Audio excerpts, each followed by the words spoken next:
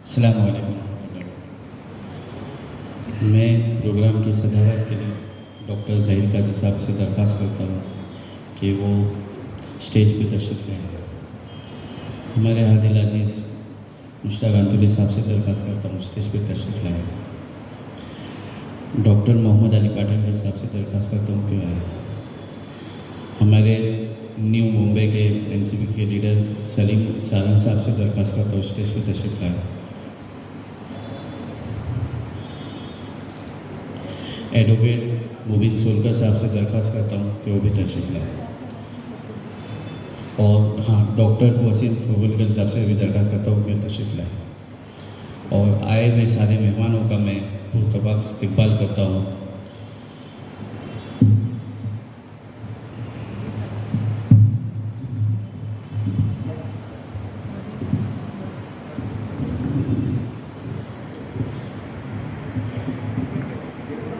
मैं सुफिया तंगे मैडम से दरख्वास्त करता हूँ कि इस प्रोग्राम की शुरुआत करें।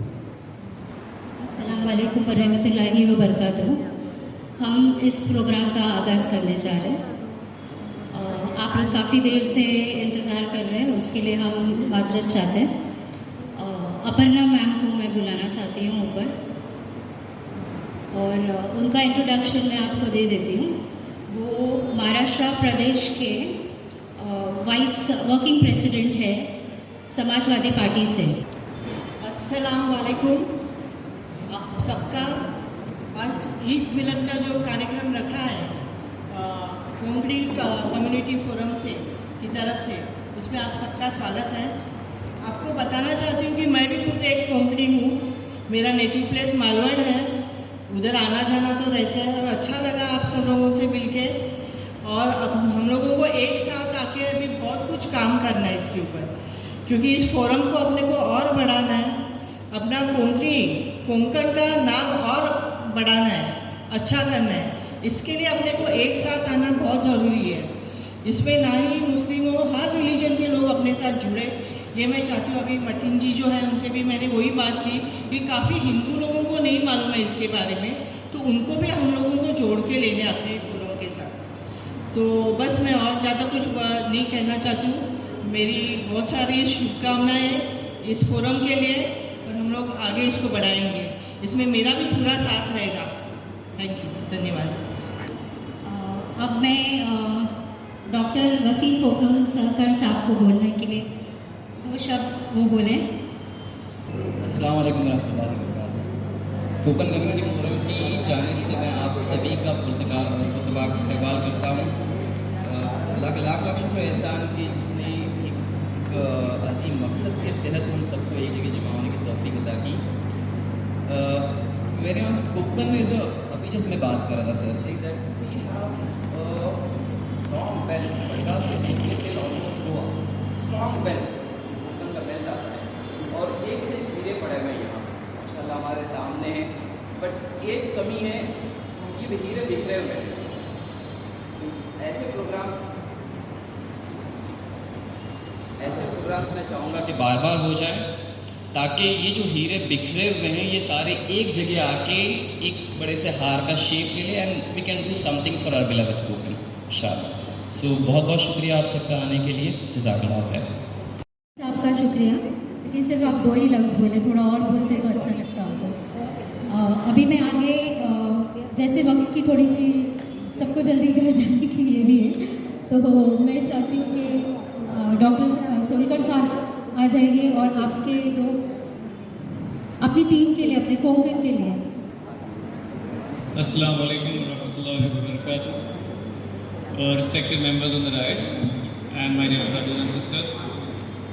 बड़ी खुशी की बात होती है जब कभी भी कोकन और कोकनीज की आइडेंटिफिकेशन और आइडेंटिटी के बेसिस पर जब हमें कोई प्रोग्राम में बुलाया जाता है।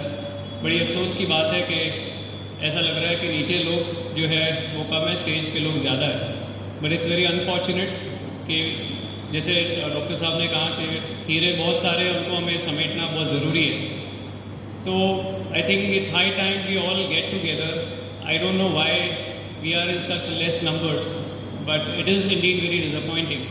But let's take a lesson from this and make an effort to connect. ऐसा लग रहा है कि जो नेटवर्किंग का इशू है वो बराबर से जो है डील नहीं हो पा रहा है, तो उसके लिए हम सबों को कोशिश करना चाहिए। और एक मैसेज हम देना चाहते हैं कि आज के जो हालात चल रहे हैं, आज के हालात के अंदर I am very happy to note that ma'am has come here and I would have really liked it and I want कि जो है ये कोकन कम्युनिटी और जो हम लोग जो है ये एक ब्रदरहुड, एक कम्युनिटी टुगेदरनेस का भी एक मैसेज दे। और जो दूसरे कम्युनिटी के हमारे लोग हैं जो कोकन से बिलोंग करते हैं और जो कोकन से नहीं भी बिलोंग करते होंगे, तो इनको भी जो है साथ में जोड़े।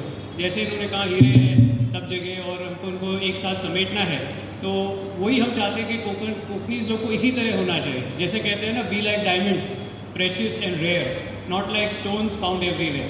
तो आई रियली अप्रिशिएट कि इस प्रोग्राम को भी जो अरेंज किया गया है और उसके लिए हम मुबारकबादी देते हैं। And I thank you all for inviting me here. And हमारे तरफ से जो भी इस फोरम के लिए ज़रूरत पड़ेगा इंशाल्लाह हम उसके लिए ज़रूर जो भी हमारा कंट्रीब्यूशन रहेगा वो करेंगे। Thank you sir.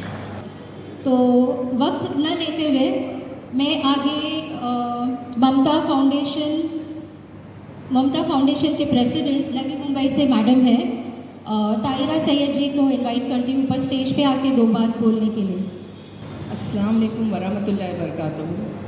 मुअज़्ज़िज़ मेहमान और यहाँ पर डाइस पर बैठे हुए ज़िम्मेदारान और उन लोगों का सबका शुक्रिया अदा करती हूँ। मैं नवी मुंबई से ताहिरा सैयद, ममता फाउंडेशन की प्रेसिडेंट।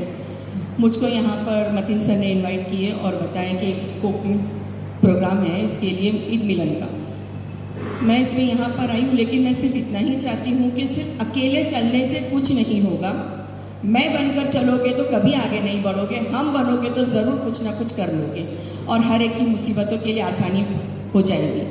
तो मैं ये चाहती हूँ कि जो यहाँ पर इतने ज़िम्मेदार और तजुर्बेकार लोग बैठे हैं, तो ये लोगों का पूरा सपोर्ट चाहिए हमको और हम ये चाहते हैं कि इनके सपोर्ट में हम आगे बढ़ें और आगे बढ़कर हम लोगों की मदद करें। वैसे तो हर एक कदम पर कोई ना कोई साथ होता ही है, लेकिन मतीन सर ने जो ये कदम उठाए हैं तो ये इस कदम के लिए हमारा पूरा सपोर्ट उनके लिए है। जज़ाकल्लाह खैर। आगे मैं हुसैन कालसकर साहब को बुलाना चाहती हूँ। ये प्रेसिडेंट है खिदमा फाउंडेशन के। अस्सलाम वालेकुम everyone, respected members on stage, अस्सलाम वालेकुम एंड अस्सलाम वालेकुम to all my people out there. It is a privilege to be a part of this. I would like to thank Mr. Mateen Khan to invite me. And being a part of Kokani community, I feel privileged and I should think, as a digital marketer, there is a need of collaborating all Kokanis from all end, I think so, in India, abroad. So we, on one platform, I think so, we can get benefited with each other. And inshallah, we'll try, one day we'll try to, collaborate every Kokani on one platform, inshallah. अस्सलाम वालेकुम रहमतुल्लाहि व बरकातहू। Stage पे बैठे हुए आज के सदर डॉक्टर ज़हीर काजी साहब, अंजुमन इस्लाम के वाइस प्रेसिडेंट मुश्ताक अंतरे साहब, डॉक्टर पाटलकर साहब, डॉक्टर वसीम फखरुनकर साहब, एडवोकेट मुबीन सोलकर साहब और एनसीपी के सलीम सारंग साहब और बैठे हुए सभी मेहमान। मुझे मतीन ने जब फ़ोन किया और दावत दी आज जो कोकन कम्युनिटी फोरम का ईद का प्रोग्राम के लिए,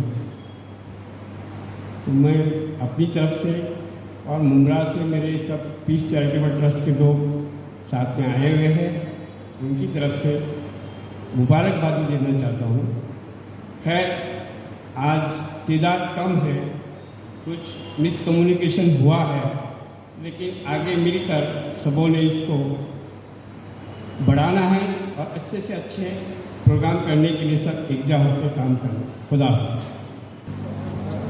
एनसीपी के national general secretary Salim Sarang साहब को दावत देते हैं कुछ बोलने के लिए। अस्सलाम वालेकुम रहमतुल्लाहि व बरकातहू। स्टेज पे बैठे तमाम लोगों को मेरा सलाम। अभी यहाँ पर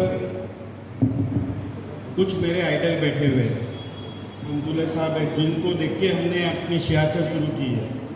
मैं पाटनगर साहब है, राठी साहब है, इनको देख के हमने अपनी सियासत शुरू की है, पॉलिटिकल लाइफ शुरू की।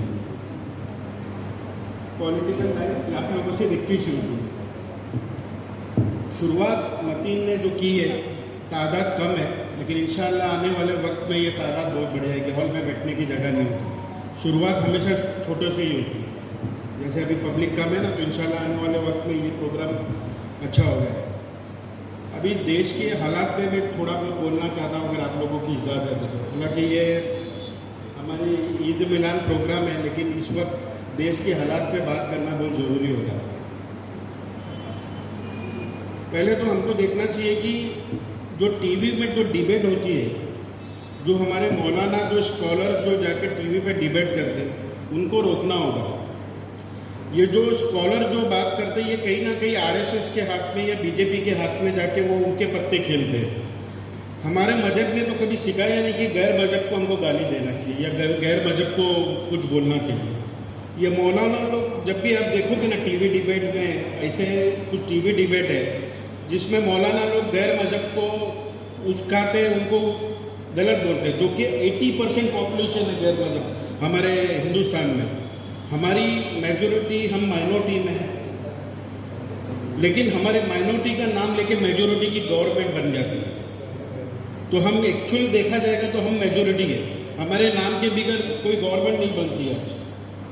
मुसलमानों का अगर नाम नहीं लिया गया तो गवर्नमेंट नहीं बनती। तो ये हमारे से शुरुआत करनी होगी कि ये जो मौलाना लोग जो जाके दूसरे मजहब को कुछ बोलते हैं, फिर उनके काउंटर अटैक में अगर कोई किसी ने बात की तो नूपुर शर्मा बन के आते हैं। हम नूपुर शर्मा के बारे में तो बोल रहे हैं, नूपुर शर्मा ने जो किया है, जो बदतमीजी की है, उसने एक चीज़ तो अच्छा कर दी, उसने एक चीज़ बता दी कि गल्फ में सारे मुस्लिम कंट्रीज को एक कर दिया। ये चीज़ अगर आप देखोगे तो नूपुर शर्मा ने सारे मुस्लिम कंट्रीज को एक कर दिया। हम हिंदुस्तानी मुसलमान इस गवर्नमेंट को लगातार आंदोलन कर रहे, बोल रहे नूपुर शर्मा पे एक्शन लिया जाए। गवर्नमेंट हमारी बात नहीं सुन रही है। लेकिन जब अरब ने बोला, अरब कंट्री से आवाज़ उठी तो गवर्नमेंट ने बात सुन ली कि हिंदुस्तानी मुसलमानों की उतनी वैल्यूशन नहीं है जितनी की अरब की वैल्यूशन है, और उन लोगों ने वो बदतमीजी भी कर दी। मैं काफ़ी बुरा लगता है ये देख के कि हमारे हिंदुस्तानी प्राइम मिनिस्टर, उनकी फ़ोटो किस तरीके से गल्फ में लगा है, काफ़ी लोगों ने देखा होगा, काफ़ी वायरल हुआ है। ये सारी चीज़ें हमको बुरी लगती है, लेकिन इसके पीछे कहीं ना कहीं हमारे कौम का भी हाथ है। हमारे कौम में अगर आप देखोगे, ज़हीर काजी साहब, अगर आप हमारे कौम की चीज़ें देखोगे, पाटनकर साहब, हमारी लीडरशिप डेवलप नहीं हो रही। यंग लीडरशिप को आप देखोगे नहीं डेवलप हो रहे। अंतोले साहब महाराष्ट्र के चीफ मिनिस्टर साहब रह चुके हैं, सेंट्रल के मिनिस्टर रह चुके हैं, लेकिन आज हमारे पास अच्छे डॉक्टर हैं, एजुकेशन अच्छी है, एडवोकेट्स अच्छे हैं, लेकिन अच्छा पॉलिटिशियन नहीं है हमारे कौम का। और तकलीफ सबसे बड़ी हमारे कौम की क्या होती है, जब भी हमारे मजहब में से कोई आगे बढ़ने जाता है तो हमारा ही आदमी हमारे को पीछे कर देता है। हमारा ही आदमी को तकलीफ हो जाती है कि नहीं ये आदमी कल का ये आगे कैसा बढ़ रहा है, सबसे पहला वो रोकता है। और हमारा इस्लाम ने तो सिखाया कि हमको एक दूसरे को लेके साथ चलना है। ये हम हमारे इस्लाम के अगेंस्ट में जाके काम कर रहे हैं। अगर महाराष्ट्र की राजनीति अगर कुछ समझोगे सब, मैं आप लोगों का थोड़ा टाइम ले रहा हूँ, लेकिन ये कुछ चीज़ें कि बहुत ज़रूरी है बोलना। महाराष्ट्र की राजनीति देखेंगे 33 सीट्स जो कि मुस्लिम डोमिनेंट एरिया की है, उसमें मुसलमान एमएलए कितना चुन गया, 33 सीट्स। आज हम गैर कौम के लोग, ऐसा नहीं है कि वो उन लोग हमको सपोर्ट कर रहे हैं, 33 सीट्स गैर कौम का कैंडिडेट एमएलए बन जाता है, मिनिस्टर बन जाता है। और मुझे हमारे बीच के कई भाई जाके उनके पैर भी पड़ ले तो उनको बुरा नहीं लगता है। हमारे कौम में पैर पड़ना तो मना ही है, लेकिन हम लोगों के बहुत से लोग पैर भी पड़ लेते हैं। लेकिन अगर सलीम सारंग आगे बढ़ेगा तो हमारे कौम को तकलीफ हो जाती है। ये चीज़ों को हमको सब, अगर आप लोग एजुकेशन पे ध्यान दे लो, आप कॉलेजेस पे ध्यान दे लो, काफ़ी सारे एडवोकेट बन रहे हो, लेकिन पॉलिटिकली भी आप लोगों को लीडर क्रिएट करना हो। अगर हमने हमारी आवाज़ नहीं उठाई, हमारी आवाज़ अगर राज्यसभा में नहीं बैठती है, असेंबली में हमारी आवाज़ नहीं बैठती है, तो कौन बोलेगा। अब मतीन की मैं थोड़ी आपको बात बताना चाहूँगा कि पिछले साल मतीन ने मुझसे मिला था कुर्बानी कमेटी में, हमने QCC बनाया था कुर्बानी कमेटी का। उस वक्त ऐसा था कि कोविड पीरियड था, उससे 1 साल पहले काफ़ी बॉर्डर पे बकरे आके मर गए, इनको आने नहीं दिया था लोगों ने, RSS ने बहुत ज़रूरत किया। उस वक्त मतीन ने वो शुरुआत की थी और वो QCC अल्हम्दुलिल्लाह बहुत अच्छा हुआ। लेकिन उसमें एक चीज़ हमने काफ़ी मिनिस्टरों से मिले जाके, मैं मिनिस्टरों के नाम नहीं लेना चाहूँगा, मिनिस्टरों का ये बोलना था कि यार कोविड पीरियड है, अभी कुछ हो जाएगा तो सब अपने ऊपर आ जाएगा, आप लोग सिंबॉलिक कुर्बानी करो। व्हाट इज सिंबॉलिक कुर्बानी? हमारे में सिंबॉलिक कुर्बानी, हम थोड़ी केक काट के बना सकते हैं, हम क्रिश्चियन थोड़ी है, लेकिन सिंबॉलिक कुर्बानी करो। फिर भी हमने वो उस वक्त प्रेशराइज किया मतीन के एफर्ट्स है। और अल्हम्दुलिल्लाह हमने गवर्नमेंट को सजेशन दिया था कि आप देवनार नहीं चला रहे, तो कहीं ना कहीं मोहल्ले में छोटे छोटे इलाके में हमको जगह दिया जाए जहाँ हम बकरे ला के कुर्बानी करें। और उस वक्त में काफ़ी अच्छा कुर्बानी का वो हो गया था। बोलने का मतलब क्या है, इस तरीके के प्रोग्राम जो लोग अभी कुछ अपोजिशन तो हमेशा आएगी, कुछ लोगों का वाद विवाद होता रहेगा, लेकिन ये सारे प्रोग्राम में क्या कुछ एक अच्छा ही निकल के आती है। उस प्रोग्राम में जब QCC बनाया तो अपनी कुर्बानी हो गई थी अच्छे से अल्हम्दुलिल्लाह। कोविड पीरियड में भी काफ़ी बकरे का नुकसान नहीं हुआ। तो कभी कभी कुछ लोगों को हम क्रिटिसाइज़ करते हैं, जैसा अभी मतीन को भी शायद कहाँ है मतीन को भी काफ़ी लोग अभी क्रिटिसाइज़ भी कर रहे होंगे कि क्या प्रोग्राम बना है क्या नहीं बना है, लेकिन कोई एक आदमी खड़े रह के सारे कौम को एक तरफ लेके आता, तो we have to appreciate it. और अप्रिशिएट करने के लिए आप लोगों को एक ताली तो बजानी चाहिए, इस चेहरे से आप ताली नहीं कर सकते।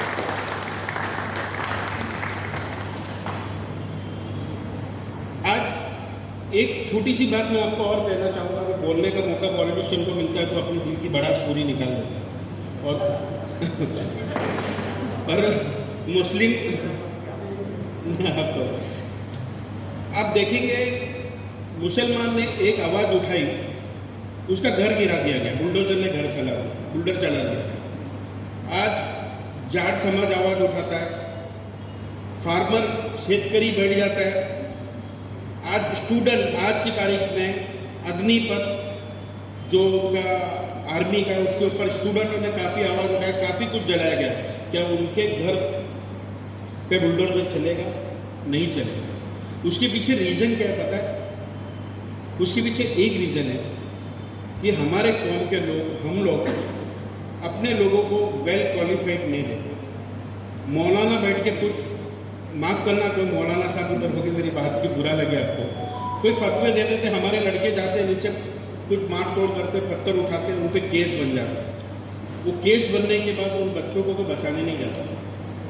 आज अपने बच्चे कई जेलों में आप लोग देखोगे 4-4 हज़ार रुपये के जमानत के पैसे नहीं देने की वजह से बंद पड़े, सिर्फ 4,000 रुपये के लिए। ऐसे काफ़ी अंदर जो है जिनको जमानत नहीं मिलता। हमारे लोग, हम ऐसे सारे बहुत इवेंट्स करते हैं, बहुत कुछ करते हैं। मस्जिदों में हमारे अल्हम्दुलिल्लाह बहुत सारे एसी लगे हुए, झूमर लगे हुए हैं। लेकिन एक कम्युनिटी और है, क्रिश्चियन कम्युनिटी। आपने क्रिश्चियन कम्युनिटी को देखा है कि उनके बारे में कोई जल्दी बात नहीं करता। रीज़न हमसे भी छोटी है क्रिश्चियन कम्युनिटी, मुसलमान कम्युनिटी पे आवाज़ क्यों उठाती है? क्योंकि हम शो ऑफ बहुत करते हैं। जुम्मा के दिन हमारी मस्जिद भर जाती है, सादे दिन हमारी मस्जिद नहीं भरती है। लेकिन हमने हमारे मस्जिदों में कोई वेलफेयर का काम कर रहे हैं क्या? सोशल सर्विस कर रहे हैं क्या? कोई तो भी मस्जिदों में एक सोशल सर्विस होता है, नमाज होती है हमारी, अदा होती चली जाती है। काफ़ी बड़ा हमारा इंफ्रास्ट्रक्चर है बहुत सी जगह पर। तब उस जगहों पे हमारा कहीं ना कहीं कोई मस्जिदों में जो मजलूम है, जो तकलीफ में दे रहा है, उनके लिए क्या हम सोच रहे हैं?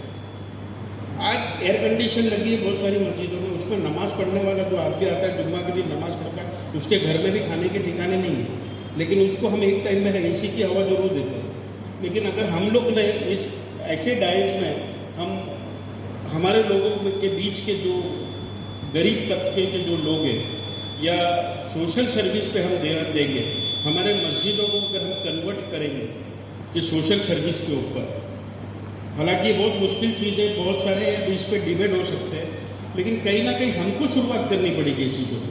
जब हम हमारी कम्युनिटी को संभालेंगे तो ही तो हम आगे बढ़ पाएंगे। हम एक दूसरे को ही नहीं संभाल रहे, हम एक दूसरे का गला काटने को तुले हुए। अब सलीम सारंग स्टेज पे आ गया तो काफ़ी लोगों की तकलीफ हो सकती है, पाटनकर साहब इधर बैठे तो काफ़ी लोगों की अरे ये आदमी उधर चढ़ा कैसा है, लेकिन उनकी एफर्ट नहीं देख रही है।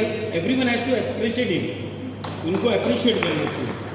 उन्हें किस तरीके से स्टेज पे पहुँचे, या आप में से कोई लोग उधर अभी जो आके गए उनके एफर्ट्स नहीं देखे लोगों ने।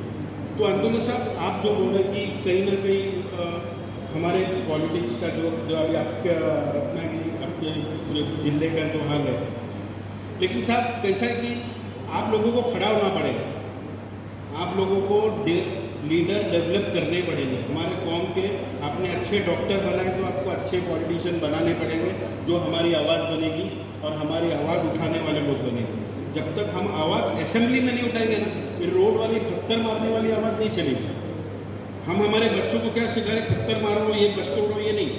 आज उल्टा हमको हमारे बच्चों को ये सिखाना पड़ेगा, अगर कोई उल्टा बोल रहा है अपने मज़हब को तो उसके मज़हब का हाथ मत उठाओ, उल्टा हमारा मज़हब कितना अच्छा है वो एक्सप्लेन करो। इस्लाम की बेहतरीन क्या है वो बताओ, उनके मज़हब पे उंगली मत उठाओ।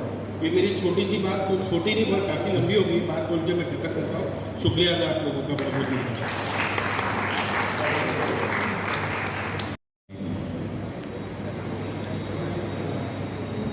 मैं आए हुए सारे मेहमान इकराम का जो इस्तकबाल करता हूँ कि बहुत ही कम वक्त में इनको जो है दावतनामा पहुँचा है। मेरे ख्याल से 2 या 3 दिन का समय के अंदर ये सब प्रोग्राम तय हुआ। दरअसल जो ईद मिलन का प्रोग्राम होता है वो तो 2 हफ्ते के अंदर मेरे ख्याल से ख़त्म हो जाना चाहिए, लेकिन मैं एक बात और याद दिला दूँ आपको।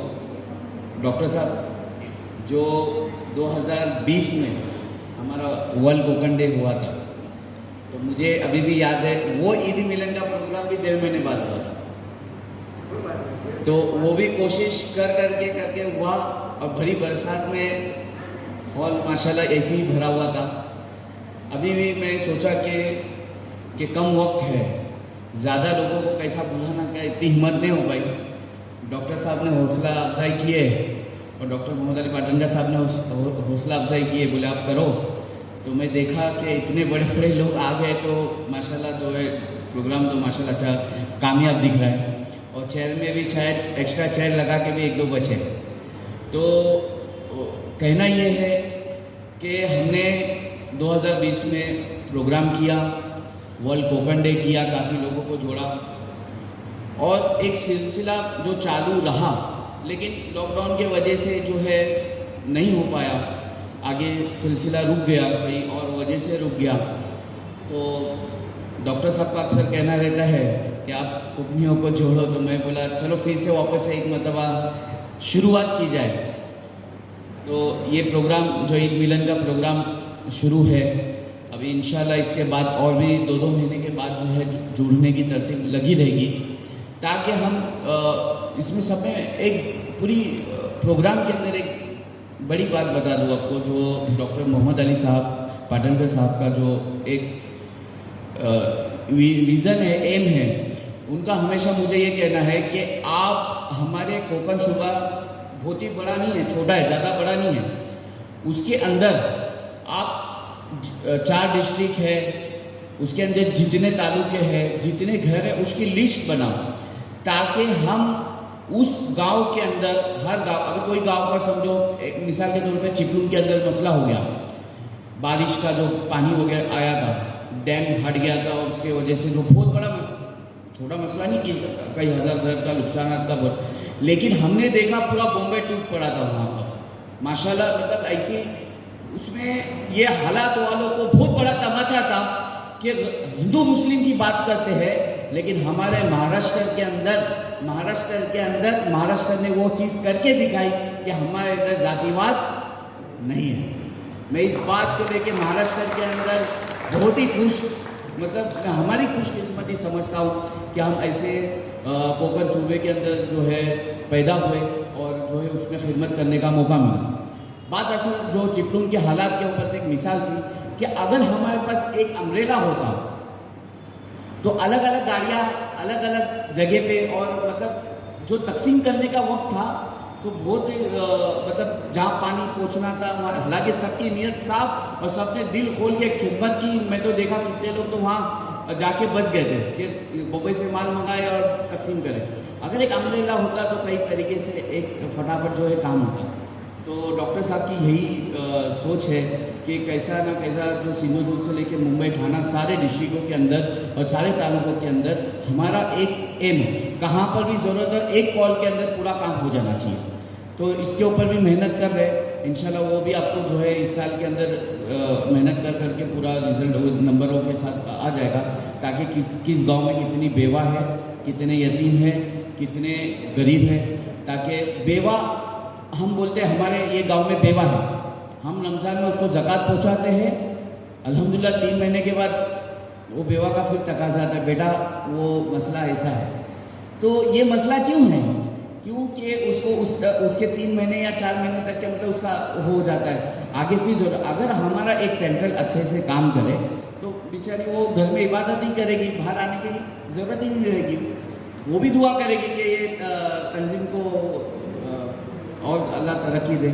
और कोई यतीम है तो उसकी पढ़ाई के लिए वो क्यों इधर उधर ये करते। तो ये ऐसी बात है कि हम इसके ऊपर मेहनत कर रहे हैं, इंशाल्लाह वो भी नतीजे आपके सामने आ जाएंगे।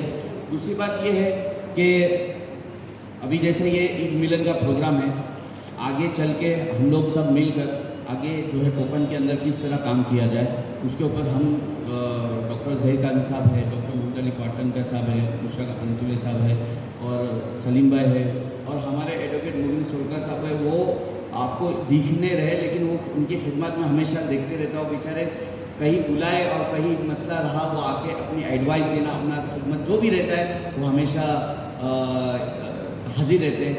और हमारे डॉक्टर साहब ने भी बहुत ही बेहतरीन काम किया है, वसीम साहब, डॉक्टर वसीम साहब ने, उन्होंने भी KDA डॉक्टरों की कमेटी बना दी। आपको कुछ भी उसके अंदर काम होगा डॉक्टरों से तो आसानी से मतलब आप टच कर सकते हैं, कोई पेशेंट होगा। और हमारे बीच एक और शख्सियत है, वो बोलते हैं हम छोटे हैं लेकिन खिदमत करने वाला कहीं छोटा नहीं, अल्लाह के नज़दीक उस खिदमत करने वाला अल्लाह से करीब होता है, वो खालिद चोगले साहब है। हाँ, आप उनको कहीं ना हर जगह देखोगे। अब मैं एक शादी में गया तो मेरे से पहले स्टेज पे पहुँचे तो बोले तो खेड़ में ना अभी जो मुलाकात हुई थी, मैं उसके बाद और कहीं मतलब वो कहीं पानी का काम, कहीं इधर गाँव का काम। तो मैं ही चाहता हूँ कि काजी साहब एक दरख्वास्त है आपसे आज मैं रखना चाहता हूँ।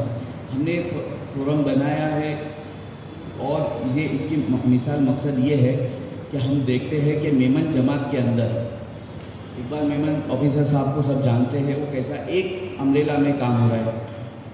सिराजुद्दीन कुरैशी साहब को आप जानते होंगे, वो कुरैशी जमात के एक प्रेसिडेंट है।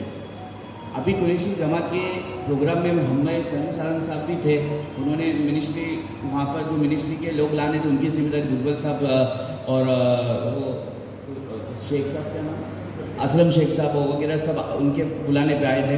तो सिराजुद्दीन कुरैशी साहब ने जो कह दिया उसके तहत हर डिस्ट्रिक्ट में हर स्टेट में बराबर वैसे काम किया, एकदम आसानी वाला था। तो मैं चाहता हूँ कि डॉक्टर साहब आप लोग जो मिल गए एक कोई ऐसा बंदा खड़ा करे जो हम कोऑपरेट के अंदर उसको चलाए। एक कोई बंदा प्रेसिडेंट बोलो, उसको जो बोलो उसको बना करके जैसे ये लोग है वैसा कोई लेके इधर चलावे, उसको जो ज़रूरत लगती हम पीछे से बैकअप करें। ये बहुत ज़रूरी है डॉक्टर साहब, ताकि हमारे सारे काम जो है करना आसान हो जाए। बस मैं आपसे यही दरख्वास्त करूँगा कि हम जो भी हजरत यहाँ पर काम करते हैं उसके लिए आप जो है अपनी ज़ात से दुआ करिए ताकि ऐसे ही कामों में कामयाबी अता फरमाए। अंतुले साहब को मैं देना चाहती हूँ।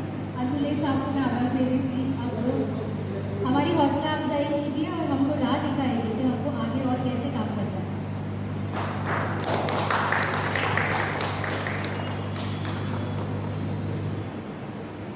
आज के जलसे के सदर मोहतरम डॉक्टर ज़हीर काजी साहब, डॉक्टर मोहम्मद अली पाटनकर साहब, हमारे दरमियान दो नौजवान हैं, एक वकील और एक डॉक्टर। दोनों का फ्यूचर बहुत ब्राइट है, दोनों का प्रेजेंट भी बहुत ब्राइट है, दोनों का पास्ट भी बहुत अच्छा है। वसीम खोखरंदर साहब और हमारे एडवोकेट बिन जोलकर साहब, और आज जिनसे पहली मरतबा तारुफ हुआ वो सलीम सारंग साहब जो नेशनलिस्ट कांग्रेस पार्टी के एक ऑफिस बेरर हैं। बहुत खुशी हुई आपसे मिलकर। हमारे छोटे भाई मतीन जिन्होंने आज का ये जलसा मुनक़्क़द किया है और जिसको सरपरस्ती हमारे कौम के दो बड़े नेता कहना चाहिए, हमारे लीडर कहना चाहिए, डॉक्टर ज़हीर काजी साहब ने सरपरस्ती की, डॉक्टर मोहम्मद अली पाटनकर साहब ने सरपरस्ती की और इसलिए आज ये जलसा यहाँ पर हो रहा है। मैं हमारे टीम को और उनके साथियों को मुबारकबाद देता हूँ। खालिद चोगले साहब के बारे में अभी किसी ने कहा और आशिक भाई भी हमारे बैठे हुए हैं। तो ये इन लोगों ने जो निसर्ग तूफान के वक्त जो काम किया है, मैं उसके बाद हमेशा ही वो काम करते हैं, मैं उनको मुबारकबाद देता हूँ। उन्होंने बहुत काम किया और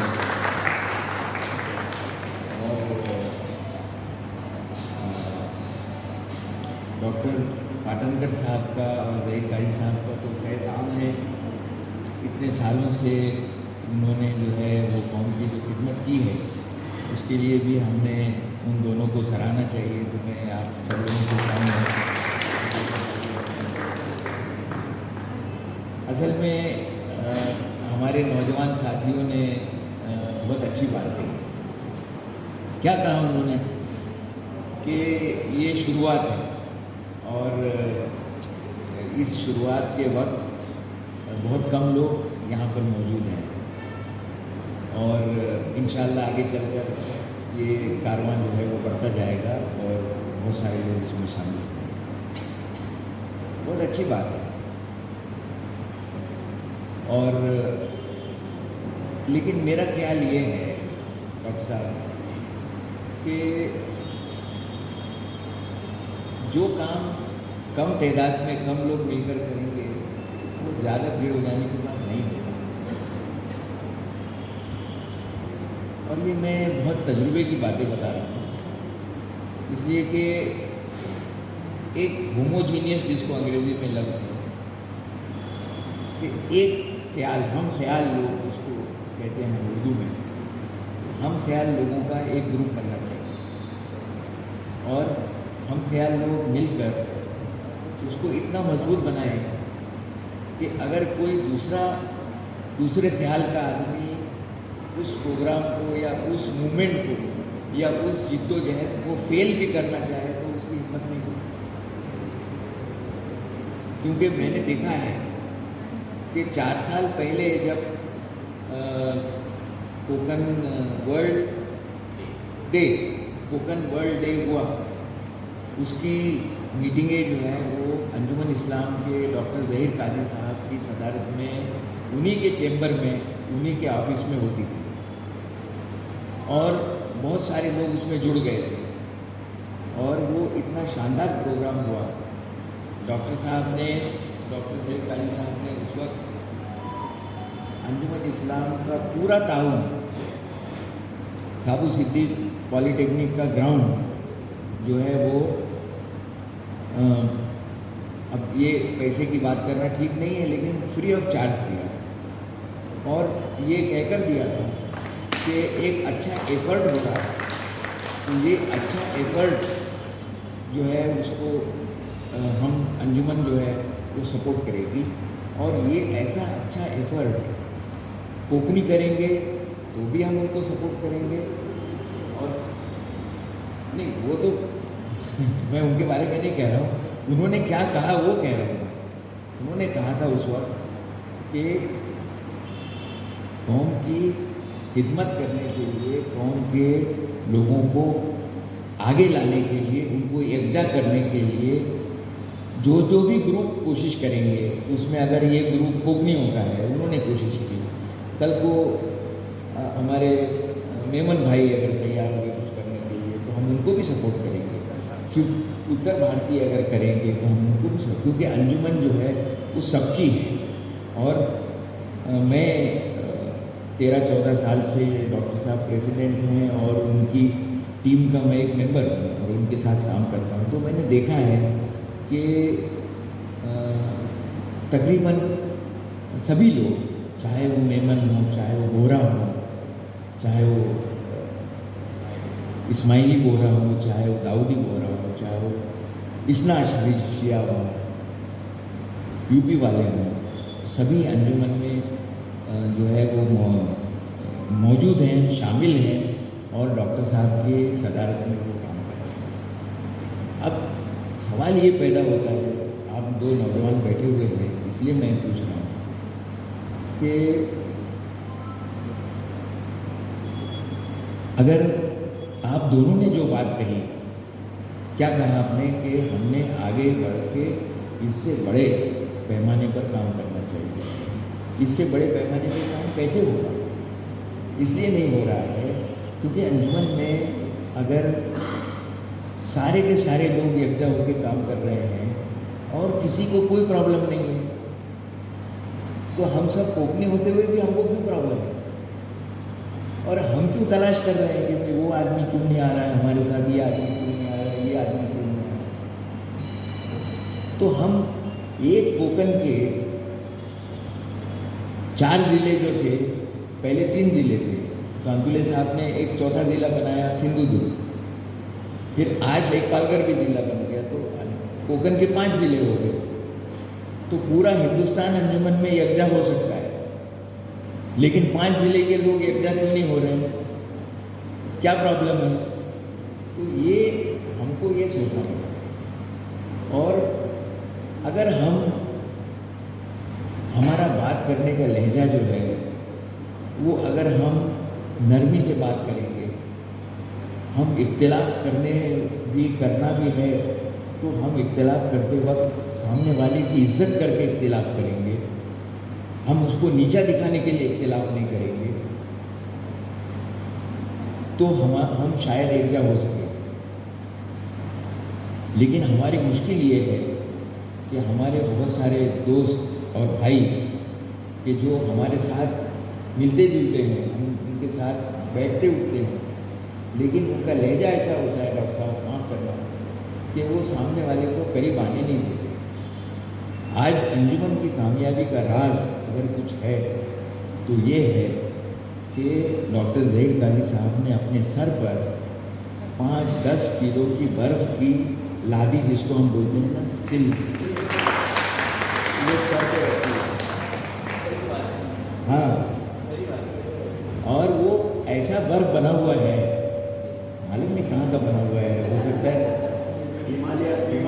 में बना है या स्विट्ज़रलैंड में बना है कि वो पिघलता ही नहीं है। वो जो लादी रखी उन्होंने, वो आज तक 14 साल से वो लादी वैसी ही है। हाँ, उनके बाल भी इसमें चक्कर में सफ़ेद हो गए। एक ज़माने में बिल्कुल काले बाल। मैं सिर्फ ये, मैं थोड़ा सा सीरियस मौजू है लेकिन उसको हल्का फुल्का इसलिए मैंने किया कि हम लोग को ये कोई जलसा नहीं है, यहाँ कोई तकरीरबाजी नहीं है। ये हम लोग एक ख़ानदान के लोग, एक इलाके के लोग, हम लोग एक साथ बैठकर खाना खाने वाले थे। इन्होंने कहा कि डॉक्टर साहब ने पूछा, मतीन को पूछा कि भाई ये किस टाइप की मीटिंग है, तो क्या स्टेज होने वाला है इसमें? तो बोले हाँ। तो फिर क्या तकरीरें भी होंगी? तो बोले हाँ। तो बोले ये कैसा ईद मिलन है? बोले ईद मिलन का मतलब ये होता है कि हम लोग आपस में बैठे बात करें, शेक हैंड करें, खाना वाना खाएं और एक दूसरे को जो है वो ईद मुबारक या जो भी बोलना है बोलें और चले जाएं। लेकिन आपका मकसद अच्छा है, आपने ये जो प्रोग्राम में स्टेज भी रखा और माइक भी रख दिया। हालांकि माइक ने कभी कभी दुश्मनी भी की कुछ लोगों के साथ, मेरे साथ नहीं की, लेकिन और लोगों के साथ माइक भी दुश्मनी करता है। हाँ, कभी कभार तो हाँ, तो जी नहीं, हमारा नहीं है ये माइक, हमारा नहीं, ये हॉल हमारा है। तो कहने का मतलब ये है कि मैं बात को अपनी इस बात को मैं यहाँ पे ख़त्म करूँगा ये कहते हुए कि हमको दूसरों से कुछ सीखना चाहिए। अभी आपने कहा कि इकबाल मेमन ऑफिसर पूरी मेमन कम्युनिटी के प्रेसिडेंट है ना, और सिराज कुरैशी साहब हमारे जो पूरी कुरैशी बिरादरी के, और हमारे पास ऐसा क्यों नहीं सर? हमारे पास भी हो सकता है, हमारे पास भी है, हमारे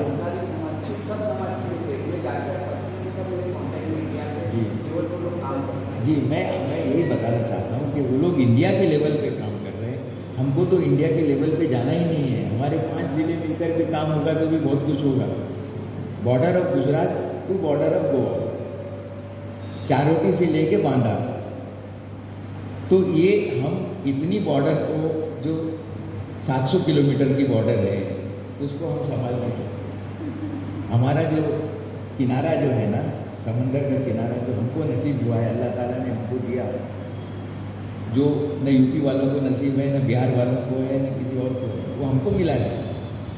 उसने हमको ख़ास कोकण वालों को स्पेशल पहाड़ भी दिया, नदियाँ भी दी, समंदर भी दिया। उसने देने में हमको कोई कमी नहीं की। हमारा प्रॉब्लम ये है कि हमारी छीना झपटी जो हो रही है, एक दूसरे के प्लेट से हम छीन के खाने की कोशिश कर रहे हैं, ये हमने बंद करना चाहिए। और ये बात जो है वो इस एक छोटे से शेर के साथ मैं खत्म करूँगा कि अब चरागों को जलाना है हवा के रुख पर। आमतौर पर चिराग जो है हवा के रुख पर नहीं जलाते, इसलिए कि वो बुझ जाएंगे, तेज़ हवा आएगी, हवा के उलट डायरेक्शन में। डॉक्टर साहब, अब चिरागों को जलाना है हवा के रुख पर। हमको रहना है तो अंदाज बदलना। हमको हमारा जब तक अंदाज हम बदलेंगे नहीं, हमको अंदाज बदलना पड़ेगा। और ये अंदाज मतीन और वसीम और मुबीन जैसे नौजवान मिलकर कोशिश करेंगे, और डॉक्टर पाटनकर साहब की और डॉक्टर ज़हीर काजी साहब की सरपरस्ती रहेगी, तो ये काम निकालेगा। अंदुले साहब की बातों पे एक बात बोलना चाहता हूँ कि मुझे बहुत बड़ा अफसोस ये भी रहा है, मैं बोल नहीं पाया, हिम्मत नहीं हो पाई डॉक्टर साहब, कि हमारी यूनिटी नहीं होने की वजह से। मैं आपको एक मिसाल बताता हूँ। अभी मैं जब कुरैशी लोगों के मतलब उन लोग के मेन जमातों में मीटिंग में बैठ गया था, मैं उन लोग ताल्लुकात है, मोहब्बत करते हैं। तो मैं देखा उन लोगों ने, डॉक्टर साहब, मुझे बहुत अफसोस की बात है, अभी हाल की भी बात कर रहा हूँ, अगर हमारी यूनिटी होती, डॉक्टर साहब की बात अभी माइक में तो नहीं बोलना चाहिए लेकिन मैं इसे रहा नहीं गया, तो हमारे बीच में डॉक्टर साहब को राज्यसभा की सीट देना चाहिए। हमारे कोकण वालों के अंदर यूनिटी नहीं है। अभी मुफ्ती सुफियान वनू ने अप्लाई किए एमएलसी के लिए, लेकिन कुछ नहीं, क्यों? उनके लिए कोई मतलब हमारे पास अगर ताकत होती तो हम हमारे वहाँ पर पार्लियामेंट और हाउस में लोग खड़े करते। हमने वो चीज़ अब कहाँ से नहीं हुई वो अल्लाह जाने, लेकिन मैं अल्लाह से दरख्वास्त करता हूँ, दुआ करता हूँ कि अल्लाह इस चीज़ को भी, हमारे मकसद को भी, इसके अंदर आज ज़रूरत कितनी है आप लोग देख लें, बोलने की बात तो नहीं है लेकिन आप लोग देख लें। हम ये अगर यूनिटी का वाला जो ये काम है उसको अगर तकमील तक पहुँचाएंगे तो इंशाल्लाह हमारी ये भी जो है मसाइल उसको भी हम लोग तो और जो हाँ अच्छा, इसमें एक मुनीर तेलकल साहब का मैं शुक्रिया अदा करता हूँ, जरा वो नाबीना एथलीट इस प्रोग्राम में है, मैं उसका इस्तेमाल करता हूँ। गलती से क्या बोल रहा हूँ, आप जानते हैं कि हमारे नबी सल्लल्लाहु अलैहि वसल्लम ने की उम्र 62 साल की उम्र में दुनिया से चले गए, लेकिन वह 52 साल उसमें से वो मक्का में रहे। मक्का की जिंदगी में उन्होंने बहुत कोशिश की, लेकिन एक कोशिश की कि गए लोग सिर्फ एक ही बात कहे, ला इलाहा इल्लल्लाह, अल्लाह एक है। लेकिन उनके साथी, उनके रिश्तेदार, उनके चाचा, उनके नाना जो भी थे, उन्होंने आने से, उनके साथ आने से इनकार कर दिया। वक्त आएगा, मैं क्यों बोल रहा हूँ आज आप लोगों को, ये अल्लाह ने दिया मोहम्मद, अब तुमको जब उनके जान के दुश्मन हो गए, मेरे दोस्त आज के मिश्रा है, बड़े शरीफ है, अब मैं उनको एक बात बताना चाहता हूँ कि मक्का में से पूरे मुशरिकीन के सब हिंदू थे। जब अल्लाह के रसूल आए तो एक ही बात बोली कि अल्लाह एक है, जिसने तुम्हें बनाया वही अल्लाह, जिसने मुझे बनाया वो अल्लाह, जो रात और दिन बनाता है वो अल्लाह, जो सूरज बनाता है, जो टाइम बनाता है, ठीक है। हम उसके साथ किसी को पूछते थे। जब अल्लाह के रसूल को ये अल्लाह ने कहा कि अब तुम्हारे जान को खतरा है, उनसे कहा गया कि अब तुम्हें मक्का छोड़ना है। आपको ताज्जुब होगा कि मक्का के 12 साल की ज़िंदगी में 250 लोग ईमान में लाए। खाना काबा में there are more than 360 idols were there, लेकिन उनको हटाने की कोशिश नहीं की। उन्होंने कहा ये अच्छा है कि एक जगह है दावत दे रहा हूँ। मैं ये फाइनल बात क्यों आपको बताता हूँ कि एक मस्जिद में 300 MB तक ले गए। जब उनको कहा गया मोहम्मद अब तुमको जाना है, उस समय मैं अपनी मस्जिद में एक बार नमाज़ पढ़ लूँ, तो शहबा जो फैमिली के साथ शादी रहती थी, उनसे कहा मुझे एक नमाज़ पढ़ने का मौका दो। उन्होंने कहा मोहम्मद इसमें तुम नमाज नहीं पढ़ सकते। उन्होंने क्या कहा, तो वक्त आ गई चाबी मेरे पास रहेगी और तुम इस मुझसे चाबी मांगोगे। वही हज़रत मोहम्मद, ये चाबी किसी के पास नहीं रहेगी, जिसके पास भी चाबी जाएगी उसका जवाल आएगा। वो आके मदीना में ये नहीं कहती मेरी बाबरी मस्जिद गई, मेरे काबा गया, मेरा ये गया, वो अल्लाह का घर है। आज तुम देखोगे गाँव में तुमको 200 अल्लाह के घर मिलेंगे। एक मस्जिद थी, मैं आप पॉलिटिशियन में आपको बताता हूँ, आप लोगों ने एक जनसंख्या, एक MP था, उसको आप लोगों ने 300 रुपये किया। अब उनको और मौके मिल रहे हैं, बस पॉलिटिकली जो करते। मेरे साथ कल BJP के साथी आए थे, हमें तो नहीं हट रहा है तुम हिंदुओं का मिला, लेकिन आज आप सऊदी में और मिडिल ईस्ट में हमारे कई मुस्लिम्स हैं, इस्लाम धर्म है उधर, लंदन और अमेरिका, यूरोप में क्रिश्चियनिटी है, सब जात के लोग खुश हैं। अगर तुम हिंदू होता नहीं लाओगे तो तुमको लोग अपने एरिया में जाने नहीं देंगे, ये काम रह गया है। लेकिन अब अच्छे हिंदू घर में बनो, अच्छे मुसलमान घर में रहो, अच्छे क्रिश्चियन घर में रहो, भारत के हिंदुस्तानी तो बनो। मेरा परम रिश्ता, मैंने कहा मेरा परम रिश्ता बहुत ही अच्छा है, मेरा होम रिश्ता बहुत ही अच्छा है। लेकिन आदमी मैं किताब पढ़ो, गुड टू ग्रेट, बहुत से लोग गुड है, हम सब गुड है, लेकिन हमारा ग्रेट बनना बहुत है।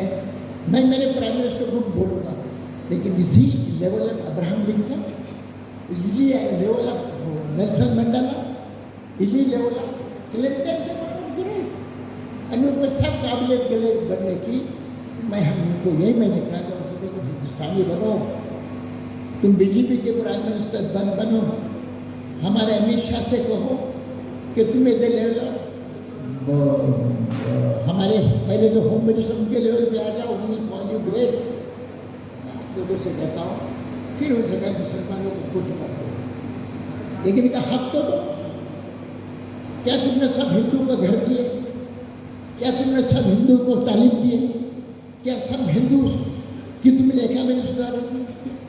हम नहीं चाहते हैं, सिर्फ प्यार है, प्यार मोहब्बत ही काम आएगी। हमारे मुल्लाओं को तुम जैसे उन्होंने कहा तुम आने मत दो। अल्लाह के रसूल ने हमसे कहा कि सिर्फ सब्र करो। हमारे भाई यूपी वाले अगर सब्र करते तो आज हालातों में घर ढूंढते।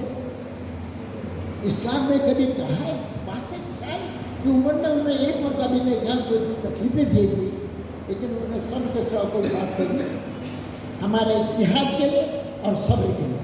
तो मुसलमानों में कहता हूँ हालात की भी, लेकिन मैंने कल भी उनसे कहा अगर इंटीग्रेशन देखनी है तो कोकन में देखो। यहाँ एक कमाल का घर है, दूसरे पर एक धोबी का घर है, हर गाँव में एक हमारे यहाँ उस जमाने में कोई कारपेंटर है, कोई रहता था उसके ऊपर, लेकिन never see communal differences in among people of. आप शर्मा साहब हमारे आइए और देखिए हमारे लोग किस तरह एक जैसे, और हमारे यूपी में देखो हमने कहा गया फितना मत करो, फितना बहुत बड़ी चीज़ है, वायलेंस मत करो। और आपको दो सिटीज़ में मिलेगी, बिहार और यूपी। जितने भी हिंदुस्तान में जितने भी हो गए, जितने आपको पॉलिटिशियन में बम्बई में मिलेंगे, अनफॉर्चुनेटली हमारे यूपी के आए हुए हैं। मैं उनको इससे वार्निंग दे रहा हूँ कि हमारे महाराष्ट्र को खराब मत करो।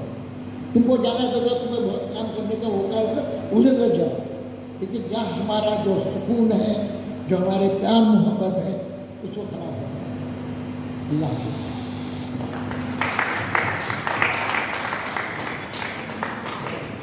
पहले तो मैं शुक्रिया अदा करता हूँ कि मुझे मौका मिला कुछ मौज़ूअ पे बात करने के लिए। डॉक्यूमेंट से रिलेटेड एक टीम तैयार हो चुकी है जो मुसलसल पिछले 7 साल से काम कर रही है। और हमारे जैसे डॉक्यूमेंट्स की खास करके मुसलमानों के डॉक्यूमेंट्स में मुसलसल गलतियाँ होती है, उससे कुछ बेसिक कॉन्सेप्ट हम लोग ने इनोवेट किए हैं। उसके तहत आने वाले 2 सालों में अगर हम उसके ऊपर काम करें तो इंशाअल्लाह 2 साल के अंदर ही हम लोग अपने भाइयों के डॉक्यूमेंट्स के मसले सॉल्व कर सकते हैं।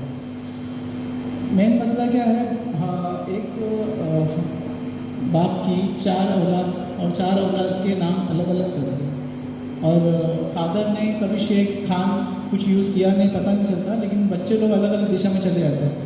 अब ऐसे लोग जब अपने लिए कोई चैलेंज करने की बात आती है 10 साल के बाद, 20 साल के बाद, तो हमारा मसला तो ऐसे ही फंस जाता है। आज हम अपने आधार कार्ड और पैन कार्ड को टैली नहीं करते हैं तो अपने बैंक का खुद का पैसा नहीं निकाल सकते। और आने वाले दिनों में हमारे को जब इस चीज़ के ऊपर काम नहीं किया गया तो भले हम लोग कितना भी सोशल हो जाए, चाहे कितना भी हम लोग इसके अंदर इन्वॉल्व हो जाए, हमको इसी चीज़ से पीछे कर दिया जाएगा। हमारा इन्वॉल्वमेंट ज़्यादातर डॉक्यूमेंट्स के ऊपर हो तो बेहतर है और इसके ऊपर थोड़ा सा हमें तवज्जो देना पड़ेगा, क्योंकि आने वाले जो अभी गवर्नमेंट भी बहुत सी चीज़ें डिजिटल कर दी है तो बहुत आसानी से तुम्हें बता दिया जाएगा कि भाई तुम्हारा ये मैच नहीं हो रहा है, जैसे आज के इसमें चल रहा है। आज ऐसा एक बहुत बड़ा इसके अंदर आ गया है डिजिटल इंडिया के अंदर कि अगर डॉक्यूमेंट्स टैली नहीं करते या डॉक्यूमेंट्स आप अभी एनआरसी के जो कॉन्सेप्ट्स है आप पासपोर्ट बनाने निकालेंगे तो पासपोर्ट बनाने के वक्त पे ही आपको मालूम पड़ जाएगा एनआरसी महाराष्ट्र में भी चालू हो गई, क्योंकि आज के डेट में पासपोर्ट बनाते वक्त सिर्फ आपके आधार कार्ड पैन कार्ड नहीं मांगे जा रहे हैं, इसके अलावा आपके फादर का लिविंग सर्टिफिकेट भी मांगा जा रहा है और उनका वोटिंग आईडी भी मांगा जा रहा है। देखा जा रहा है कि आपका सिलसिला कहाँ से है, आप प्रॉपर महाराष्ट्र हो या महाराष्ट्र के हो या आउट ऑफ महाराष्ट्र हो, कहाँ से बिलोंग करते हो और किस वजह से बनाया जा रहा है, ये सब चीज़ें चालू हो चुकी हैं। हाँ, लेकिन कुछ लोगों की तवज्जो अभी जब जाती है जब वो खुद पर्सनलाइज होते हैं इसके अंदर या खुद का कुछ डॉक्यूमेंट बनाते हैं। हम लोग चाहते हैं कि ज़्यादा से ज़्यादा मुसलमान अपने पासपोर्ट और अपने मैरिज सर्टिफिकेट के ऊपर फोकस करें, क्योंकि ये डॉक्यूमेंट्स बुनियादी डॉक्यूमेंट्स भी बनते हैं। अगर ये डॉक्यूमेंट्स अगर आपके पास नहीं है तो आज ऐसा है कि धक्का देने पे और रॉन्ग एंट्री पे जाने पे भी एफआईआर हो रही है, और एक बार एफआईआर की जो धाराएं आप पे कोई भी लग जाती है तो ये सब चीज़ों में आपको रिस्ट्रिक्शन आती है, बाउंडिंग आ जाती है। तो कोई वकील भी आपका उसी चीज़ के लिए जो एक छोटी सी चीज़ है उसके लिए आपका है ना ज़बरदस्ती, आप जबकि एक सिटीजन्स ऑफ इंडिया हो then to you are facing this thing. तो आपको चाहिए कि डॉक्यूमेंट्स से रिलेटेड थोड़ा फोकस करें अपने डॉक्यूमेंट्स पे और हर मस्जिद को एक कॉर्नर दो, स्पेशली इम्पोर्टेंस दे दीजिए ताकि उसके ऊपर काम मुसलसल हो। जितने भी जिम्मेदार आज आए हैं हम खाली इतनी रिक्वेस्ट करना चाहते हैं कि ऐसा बात करने के लिए तो बहुत है, लेकिन ये मौजूद बहुत ज़रूरी है, खास करके आज की डेट में गवर्नमेंट अगर किसी अंदाज में आपको परेशान करना चाहती है, आप 25 साल से किसी घर में रहो वो मसला नहीं है, लेकिन अगर कभी किसी गवर्नमेंट का डोमिनेशन ड्राइव आता है और वो डॉक्यूमेंट्स में आप जस्टिफाई नहीं कर पाते हो, यानी आपका वो जब वो स्ट्रक्चर अवेलेबल था उस वक्त पे जहाँ से उनका वो यानी उनके क्राइटेरिया रहते हैं, जैसे 2000 के जो स्लम्स डेवलपर्स होते हैं उन लोग के अगर 2000 से पहले के कुछ नहीं मिलेंगे तो उनको ऐसा है कि भाई वो क्राइटेरिया में सेट नहीं होते और उनके वो कोर्ट में चैलेंज भी करेंगे तो उनको जस्टिफाई करने का मौका नहीं मिलता। जस्ट लाइक ऐसा ही कुछ है कि अगर हम लोग अपनी बुनियादी डॉक्यूमेंट के ऊपर फोकस करते हुए अगर आज से शुरुआत नहीं करते तो हमें हर इंडिविजुअल को कोर्ट का फेस करना पड़ेगा। इवन आधार कार्ड के अंदर भी लिमिटेशन दे दी गई है।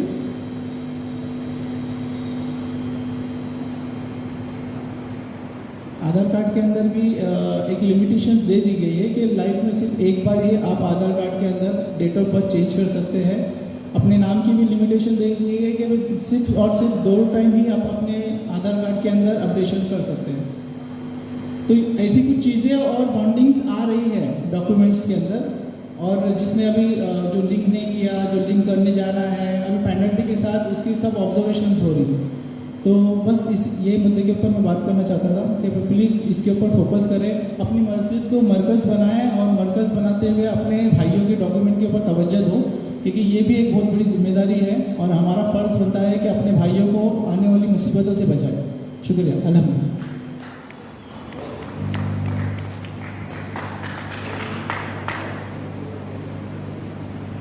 अब हम 1 से 2 मिनट अभी आर.के. शर्मा जी बोलेंगे।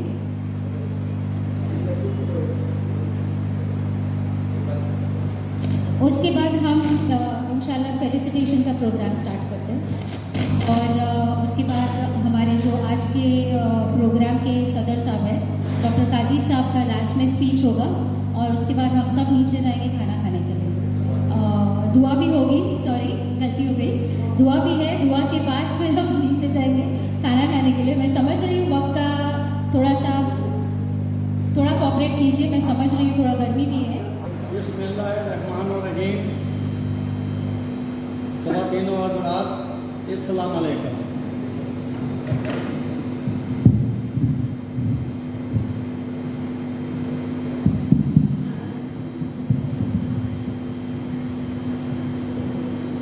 बिस्मिल्लाहिर्रहमानिर्रहीम। ख़वातीन व हज़रात, अस्सलाम अलैकुम। मेरे बड़े भाई खासुल खास सर फरिश्त दोस्त डॉक्टर मोहम्मद अली पटंकर साहब का हुक्म हुआ है कि मेरी बात 2 मिनट के लिए रखूँ, तो उनकी हुक्म का तमील करना मेरी जिम्मेदारी है। मेरा मिजाज शायराना है, इसलिए क्योंकि मेरे को उर्दू ज़ुबान से बहुत मुरब्बत है।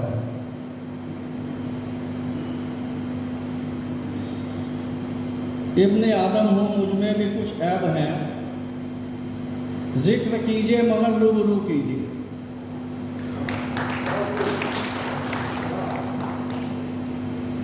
अब इब्ने आदम, आदम साहब, बाबा आदम हमारे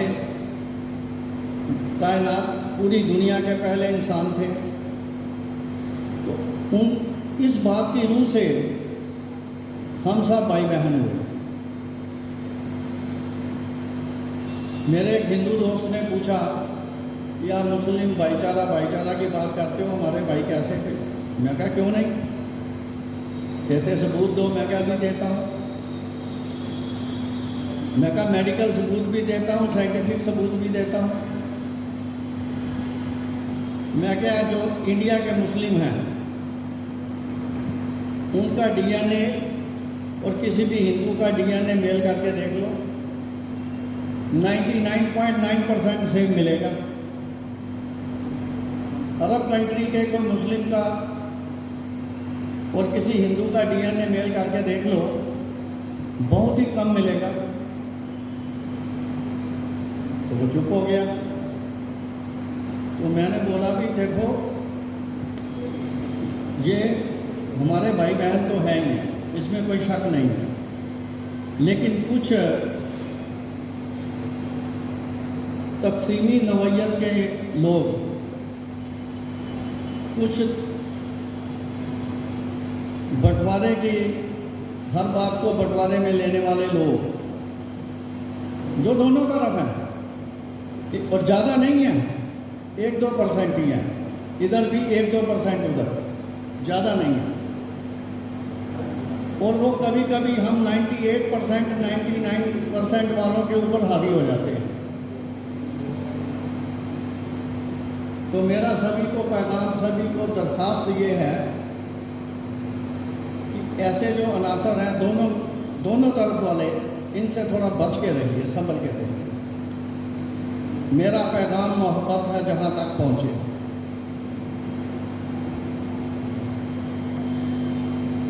अब देखिए, we are already divided by act of God. What is that act? ये अमेरिकन है, अमेरिका का टेरिटरी है, ये अफ़गानिस्तान है, ये इंडिया है, ये अफ्रीका है।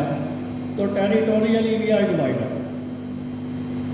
नाउ कमिंग टू रेशियली, ये इंग्लिश है, ये चाइनीज़ है, ये जापानीज़ है। चाइनीज़ जापानीज़ मिलते जुलते हैं। ये इंडियन है, ये पाकिस्तानी है। इंडिया पाकिस्तानी 99.9% मिलते जुलते हैं।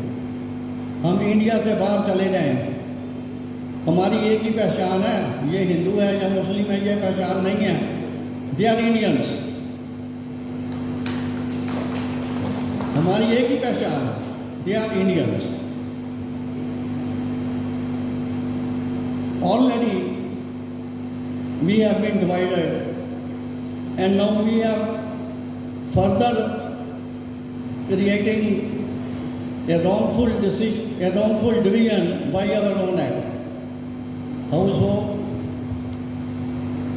ये मुस्लिम है, ये हिंदू है। अरे भाई, दोनों इंसान हैं। इनका क्या सगे भाइयों का झगड़ा नहीं होता? होता है ना भाई साहब, जो सगे भाई हैं। और हिंदू और मुस्लिम अगर सगे भाई नहीं, तो कम से कम कज़न जरूर हैं, कम से कम मिनिमम।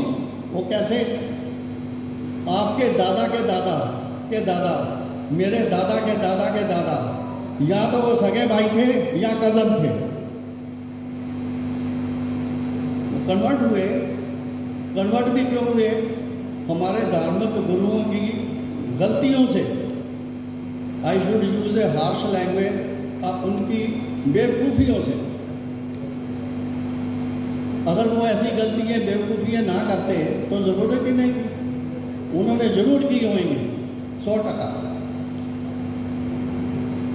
अब now coming to the question whether religion is a boon or a bane. There is a slight difference between boon and bane, word-wise. Otherwise, it makes a world of difference. एक yes है, एक no है. How it is so? Religion was made what for?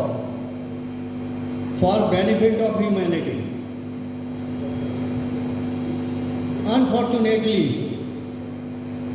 जितना नुकसान हमारे देश में और देशों में भी रिलीजन की वजह से हुआ है, दुनिया भर के सभी नुकसान इकट्ठे कर दो और ये एक नुकसान एक तरफ कर दो, इस नुकसान का पलड़ा भारी है। Seeing all that, one comes to an indecisive conclusion. I am using the phrase indecisive conclusion. Whether religion is a boon or a bane. Now coming to the question, कि what should be, what is gone, what should be our further line of action? अगर दो लोगों में झगड़ा हो गया और coincidentally वो एक मुस्लिम है एक हिंदू है, तो झगड़ा तो सगे भाइयों में भी होता है। दो मुस्लिम सगे भाई हों उनके में भी होता है, दो सगे हिंदू भाई हों उनमें भी तो होता है। इंसान इंसान है, इंसानी फितरत है, हंसना रोना झगड़ना इंसान की फितरत में शामिल है।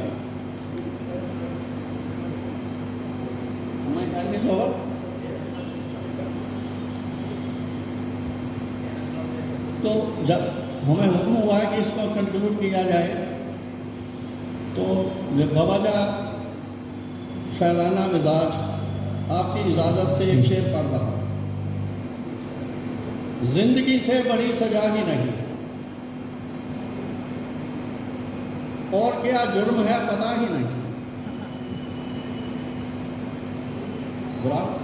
जिसके कारण फसाद होते हैं उसका अता पता ही नहीं।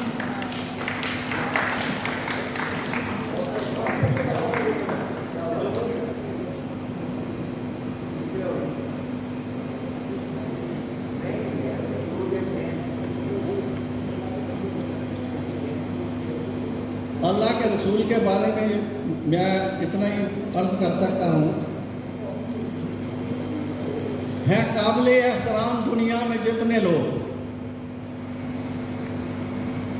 अब तो वर्ल्ड ने भी उनको number 1 most powerful person on the earth declare कर दिया, Guinness world of book record वालों ने, most powerful man on the earth. तो मेरी अर्ज है काबिले एहतराम दुनिया में जितने लोग, मैं सबको मानता हूँ मगर मुस्तफ़ा के बाद। बहुत बहुत शुक्रिया मुझे टाइम देने के लिए, थैंक यू वेरी मच।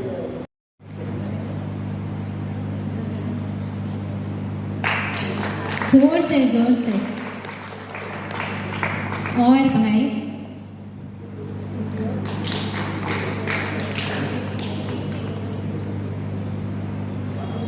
आशिक अली गर्दी साहब, मुश्ताक अंतुले। भाई भाई भाई भाई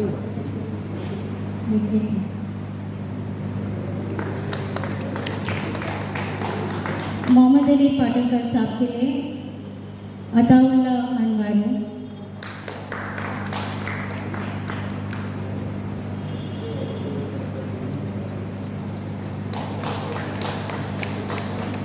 सलीम साहब के लिए ज़करिया साहब। ताली बजाइए प्लीज़।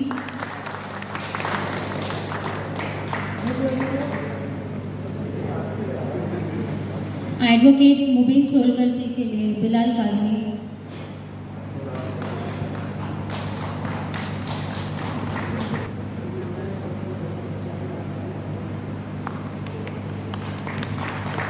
डॉक्टर वसीम कोकनुलकर के लिए मोहम्मद अली दादन,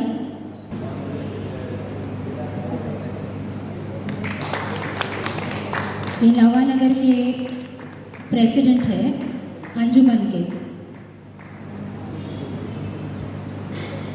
रमेश कुमार शर्मा जी के लिए अब्बास,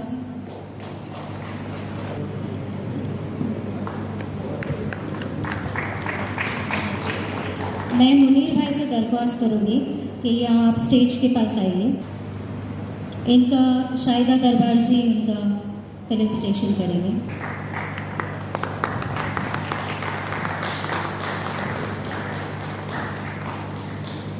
शुक्रिया। एजाज फातिमा पाटिलकर साहिबा के लिए फारेहा रिजवी जी, एडवोकेट फारेहा रिजवी।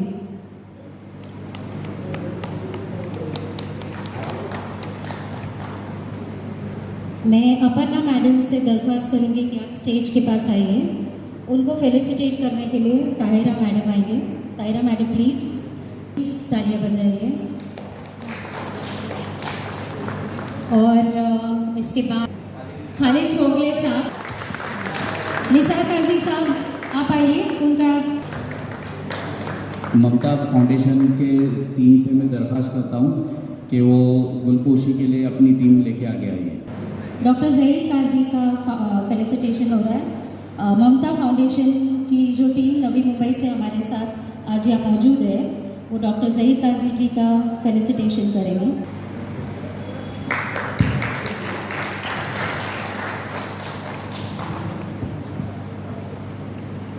अभी ममता फाउंडेशन की तरफ से जो है सलीम सालन साहब का गुलपोशी कराया जाएगा।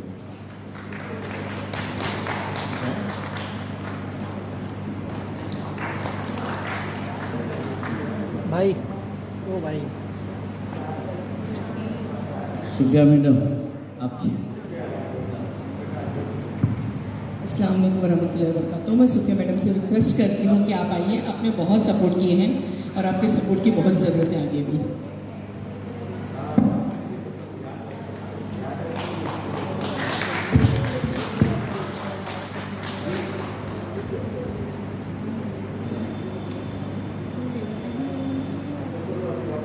अभी मैं दरख्वास्त करूँगा सदर जलसा डॉक्टर ज़हीर काजी साहब से, अंजुमन के प्रेसिडेंट साहब से कि कुछ अल्फाज अपने हमारे लिए नसीहत के रखिए। अस्सलाम वालेकुम रहमतुल्लाहि व बरकातुहू। सबसे पहले मैं माजरत चाहूँगा कि ये जो करीबी लाइब्रेरी में जो फंक्शन हुआ करता है अक्सर, उसका एसी का 2 रोज़ पहले मैल फंक्शन हुआ, वो डक था, वो गिर गया था।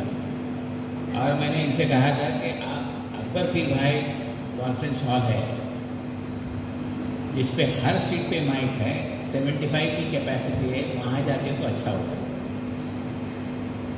सब लोग पक गए ना। अभी मेरी तकरीर क्या सुनेंगे? एक तो मुझे सदा दी, तुमने सदर बना के। मैंने तय किया अभी कोकनियों का जो भी फंक्शन होगा, टोकन इंटरनेशनल टोकन उनका फलाना सदारत है लेने की नोट एड्रेस करके निकल जाए। बहरहाल आज का जो फंक्शन है, आज की जो महफिल है, वो ईद मिलाद है। तो पहले गई ईद, उसकी ईद मुबारक, आने वाली ईद की मुबारक। और ईद की खुशी मनाने का जो सिलसिला रहता है, ईद मिलाद देर आए दुरुस्त आए, लेकिन ऐसे मौके पे हमने अफसोस और बहुत कम लोग आए, नाउम्मीदी, मायूसी, कुफ्र है। Be positive. मुझे तो बड़ा फक्र होता है 2 आदमियों से भी बात करने के लिए। मुश्ताक में 2 आदमी को भी लेकर बैठता, घंटों तक अंजुमन की बात करता। फिर कौम की बात हो तो कौम की बात कर लेते, सियासत की बात हो सियासत भी कर लेते। कोकनियों के बारे में जो आज एक कॉन्सेप्ट बना हुआ है, वो ये, मैं मुसलमानों की बात करता हूँ। आप मेमन बिरादरी में जाइए, उत्तर भारतीय बिरादरी में जाइए, दक्षिणियों में जाइए, जो हमारी गुफ्तगू होती है पढ़े लिखे लोगों में खास करके, सोलकर साहब ये परसेप्शन बनाए कि this is the most intellect community amongst Muslims.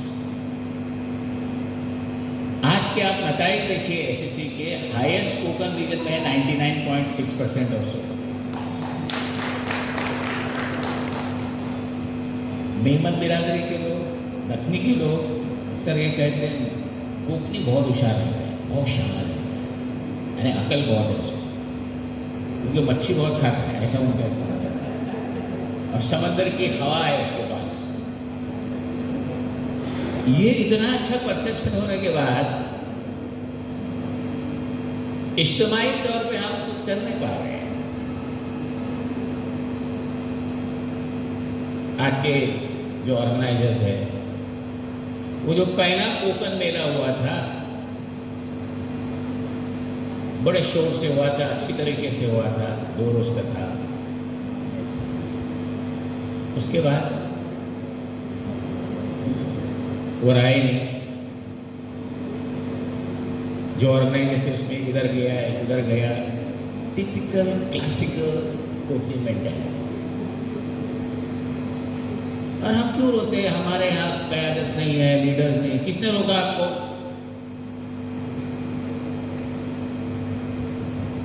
Ratnagiri district में हुसैन दल भाई साहब थे, जो नॉन मुस्लिम कॉन्स्टिट्यूएंसी से 5-6 बार चुन के आए। अंतुले साहब थे, जहाँ परसेंटेज ऑफ मुस्लिम 12%, कई बार एमएलए बने, कई बार लोकसभा में गए। आज आप कोई भी मुसलमान नॉन मुस्लिम कॉन्स्टिट्यूएंसी में खड़ा रहेंगे, देखिए उसकी डिपॉजिट जाएगी। तो उन लोगों में काबिलियत थी, वो कुछ नहीं कर सकते leadership, secular, acceptable, inclusive. Dalwai साहब को भी देखिए। उसके बाद आप कोकन के ईस्ट बेल्ट में आइए, थाना में, जो इस्लामिक स्कॉलर के नाम पे मशहूर रहे मरहूम रफीक ज़करिया साहब, एक छोटे से इलाके से, नाला से पारा से, वो भी member of parliament, MLA, cabinet minister है, लीडर ऑफ अपोजिशन में रहे। अंतुले साहब तो और भी आगे थे, 2 बार कैबिनेट मिनिस्टर बने, सेंटर के, स्टेट के बने, सी वगैरह।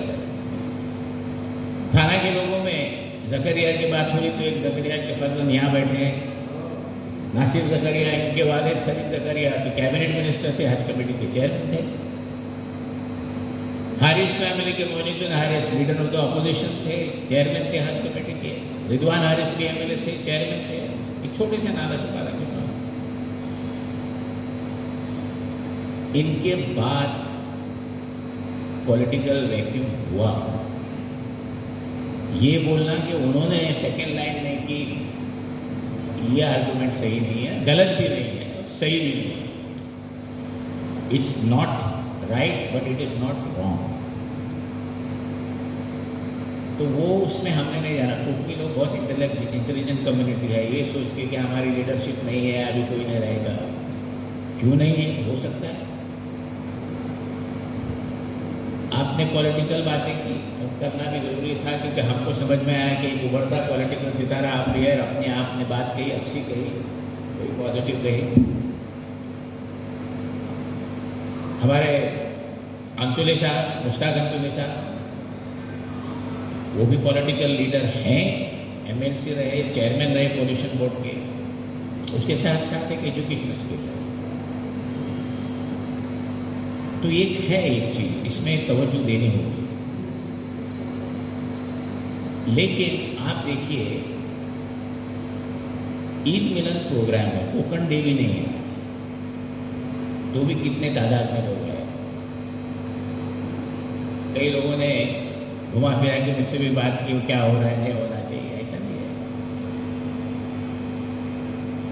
तो ये जो टुगेदरनेस का जो कॉन्सेप्ट है, उसको लाना चाहिए।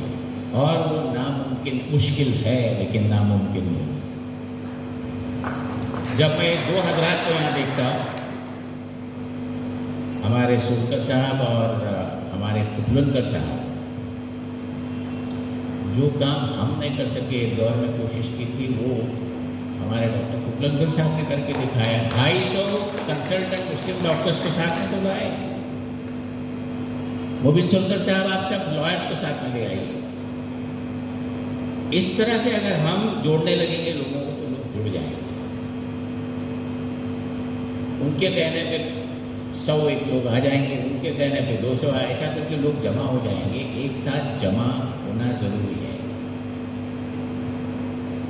और कोकण के लोग जो बम्बई में हैं, मैं अंजुमन की इदारों की तरफ देख रहा हूँ, बड़ी तादाद में है। एक हमारा कैंपस कालसेकर वहाँ खुला है, वो कोकण में ही आता है, पनवेल में। उसकी दुनिया भर में तारीफ हो रही है, इसलिए कि it is well plan, well manage. और लोग ये समझते हैं, कौम के दूसरे हजरात ये समझते हैं कि अंजुमन एक कोकनियों का इदारा है, होना भी चाहिए। बम्बई कहाँ आता है? कोकण में ही आता है। लेकिन हकीकत ये है कि इसमें सब तरह के लोग हैं। इसमें दाऊदी हो रहा है, सुलेमानी हो रहा है, अलवी हो रहा है, इस्माइली हो जाए, इसना शरीफ हो जाए, शिया है, सुन्नी है, इलाकाई, हर तरह के लोग हैं। और कोकनी लोग ज़रा थोड़े ज़्यादा तादाद में हैं, क्योंकि पढ़े लिखे लोग हैं, ज़रा होशियार लोग हैं। कहाँ सही वक्त पे कहाँ जाना उनको मालूम है, लेकिन सही वक्त पे जमा होना नहीं मालूम, ये प्रॉब्लम है। तो जहाँ तक अंजुमन का ताल्लुक रहा, मैंने 3 साल पहले मुश्ताक भाई, आप भी मौजूद थे, मैंने कहा कि हम जब तक अंजुमन की आप लोग संभाल रहे हैं, तो कोकण के लिए जितना हम काम कर सकते हैं हम खुल के करेंगे, छुप के नहीं, और करना भी चाहिए हम। मैं तो बोल बोल के थक गया, जमा होने को ही तैयार नहीं तो काम के लिए कहाँ है? आते तो क्या है, जाति मफाद का कुछ काम हो तो इज्तिमाई के लिए कोई आते नहीं, क्यों कर रहे हैं ऐसा? और आप बड़े लोगों को जोड़ने जाओ, सरमाएदार, उनके भी कैंप से, उनको साथ में लाना भी प्रॉब्लम है। लेकिन मैंने इनसे कहा था सब लोगों से कि let Anjuman and 2-3 of us take lead, सब एक साथ में आ सकते हैं और वो मुमकिन है, ज़रूर हो सकता है। मैं कुछ बातें आपसे बताना चाहूँगा कि किस तरह से दूसरे लोग अंजुमन का फ़ायदा उठा लेते हैं। गोवा किधर है? बांदा सावंतवाड़ी छोड़ के एक कदम आगे जाओ तो गोवा शुरू हो जाता है। गोवा के लोगों ने, उनकी एक बड़ी ऑर्गेनाइजेशन है जैसा अंजुमन की तरह, लेकिन उनकी बहुत बड़ी ज़मीन थी, 45 करोड़ की। उन्होंने कहा कि हम अंजुमन को दे रहे हैं। वहाँ पे एक केटरिंग कॉलेज, एक इंटरनेशनल स्कूल आ रहा है, 25 करोड़ का बजट सैंक्शन हमने कर लिया। अभी हमारे यहाँ medical, dental, physiotherapy, nursing integrated campus बना रहा है। तो हमने सोचा कोकण के आजू बाजू कहीं बने, तो हमने वो कल्याण और थाना और भिवंडी का बेल्ट देखा, क्योंकि बम्बई से नज़दीक है। एक बहुत ही बड़ी ट्रस्ट है भिवंडी में कोकनी लोगों की। मैंने उनसे बात की कि तुम्हारी जो ज़मीन है तुम बना नहीं पाए, अंतुले साहब ने जगह दी थी, हम मिल के करते हैं। जो कहीं जवाब ही नहीं। कुछ दिनों बाद एक राजस्थानी दीवान फैमिली, उन्होंने कहा हम हमारे बाप के नाम पे कुछ इंस्टीट्यूशन बनाओ और 25 एकड़ ज़मीन है, अच्छी जगह पे लोग थे। मैं थोड़ा आगे पीछे जा रहा हूँ कि अपने यहाँ होता है क्या नहीं, होता है क्या नहीं। तो कितने सारे लोग इसको आगे आके कर सकते, कुछ आता ही नहीं। हमने फिर ये नहीं हो रहा है तो शोलापुर में कैंपस बना रहे, चलो वहाँ दफनी भाइयों का फ़ायदा हो रहा है। तो एडवांटेज लेने के लिए, अपॉर्चुनिटी लेने के लिए जो इज्तिमाई कोकनियों का फ़ायदा हो गया, उसमें लोग नहीं आते। यहाँ कहीं ना कहीं आपको सबको मिलकर कोशिश करनी होगी। हमारे पास इतने टैलेंटेड लोग, अभी नासिर ज़कारिया साहब बैठे, ये सलीम ज़कारिया साहब जो एजुकेशन मिनिस्टर थे, अंजुमन से पढ़े, उन्होंने यहाँ से पढ़ाई की, उनके साहबजादे 15 साल यूएस में थे, वाइट हाउस के रिप्रेजेंटेटिव थे। वालिद ने कहा दोनों तीनों बच्चे फॉरेन में, आप यहाँ आ जाइए, आ गए, हाईली क्वालिफाइड। इनको एक कल 2 दिन पहले हमने एक काम सौंपा, एक 24 घंटे में इन्होंने उसको सॉर्ट आउट किया। हमारे पास टैलेंट है, अपॉर्चुनिटीज़ है, and my dear friend, this platform of Anjuman is open to this community to come forward and get benefited. हर प्रोग्राम का एक मकसद होना चाहिए. Without any agenda, you must not have programs. So somebody has to tell what it is. आज का programme का message आप अपने चाहने वालों से, अपने पड़ोसियों से, अपने गांव वालों से कहिए कि लब्बैक करके आवाज़ आई है कहीं से, अंजुमन से, सब हम मिल जाते हैं और कोकनी बिरादरी के लिए कुछ करते हैं. कोकन इंटरनेशनल है भी, गायब भी है. आप वर्ल्ड मेमन फेडरेशन देखिए, वर्ल्ड मेमन ऑर्गेनाइजेशन, वो कितने काम कर रहे हैं और अंजुमन को भी साथ में जोड़ रहे हैं, लेकिन अपने लोग आने को तैयार ही नहीं. पैसे की बात ही नहीं, हम ये नहीं कहते कि आपका कंट्रीब्यूशन होना चाहिए, नहीं, अपॉर्चुनिटी है, गेट इन्वॉल्व. ये शायद मैं for the last time I might be saying this because I am tired of saying this to everyone. नहीं तो फिर ये करना, आपने ईद मिलन किया, बकरीद ईद का और लोग आएंगे, बोले हमको जगह दो, हम जगह देंगे, लेकिन हम उधर आएंगे नहीं, बोले नहीं, हम उधर बैठे आपको सुनेंगे, आपको दुआ देंगे. Be positive. There is so much of scope, there is so much of space. For a lot of people, there are good talented people, सब एक साथ में आइए ना. स्टेज ही मत बनाइए, प्रॉब्लम ही सॉल्व होता है. प्रेसिडेंट ही मत कीजिए, सेक्रेटरी मत कीजिए.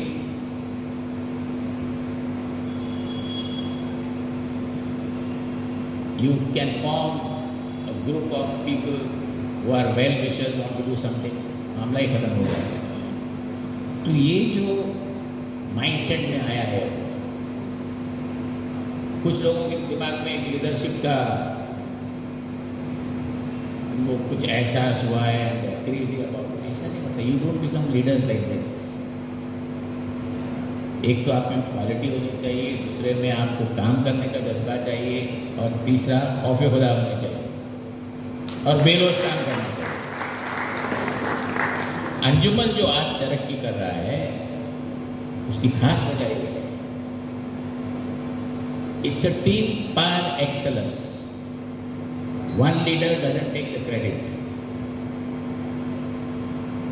and each and every one of them, हमारे 45 की जनरल काउंसिल होती है, each one of them, in my opinion, is God fearing, पेट भरे हुए खौफ खुदा वाले, और बड़ी तादाद में, ऑलमोस्ट मेजॉरिटी में कोकनी हजरात. Why can't this be replicated? अभी आज के प्रोग्राम में मैं तनकीद नहीं करता. मुस्लिम कम्युनिटी के प्रोग्राम में अगर आप टॉप ब्यूरोक्रेट्स को बुलाते हैं, सियासतदान तो अपनी जगह पे, सियासतदान अलग है, लेकिन जिन्होंने पावर देखा है, ये देखा है, उनको आप बुलाओ तो उनके नखरे इतने होंगे तो बर्दाश्त करना भी बड़ा मुश्किल होता है. लेकिन आप अगर ब्यूरोक्रेट्स और इंटेलेक्चुअल्स को बुलाओ दूसरे कम्युनिटी के, वो बोलते इधर, अरे बाप रे बाप, 1 घंटे का प्रोग्राम बोलते 6 घंटे तक माइक पकड़ के रहते, हमको नहीं आना. कि हमको पूछते थे, हमको बताना पड़ता है अंजुमन अलग है, एक बार आके देखिए. तो ये सब चीज़ें small thing you need to learn. आज का प्रोग्राम थोड़ा छोटा हो सकता था, अगर छोटा हो तो मैं इससे कम बोलता है, लेकिन मुझे ज़्यादा बोलना पड़ा है. तो कुछ लोग चाहते हैं ये क्या बोलना चाहते हैं, हम अपने तजुर्बे से. बहरहाल कोकियों के बारे में इतना अच्छा ऑप्टिक्स है। लोग आजकल इवेंट मैनेजमेंट करते हैं, अपना इमेज प्रोजेक्ट करते हैं। मेमन बिरादरी के लोग को देखो, बोला ना 99% बोल के आप सुने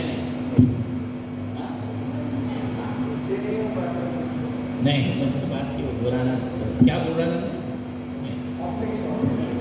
ऑप्टिक्स इस मुल्क का जो सबसे वजनदार आदमी है।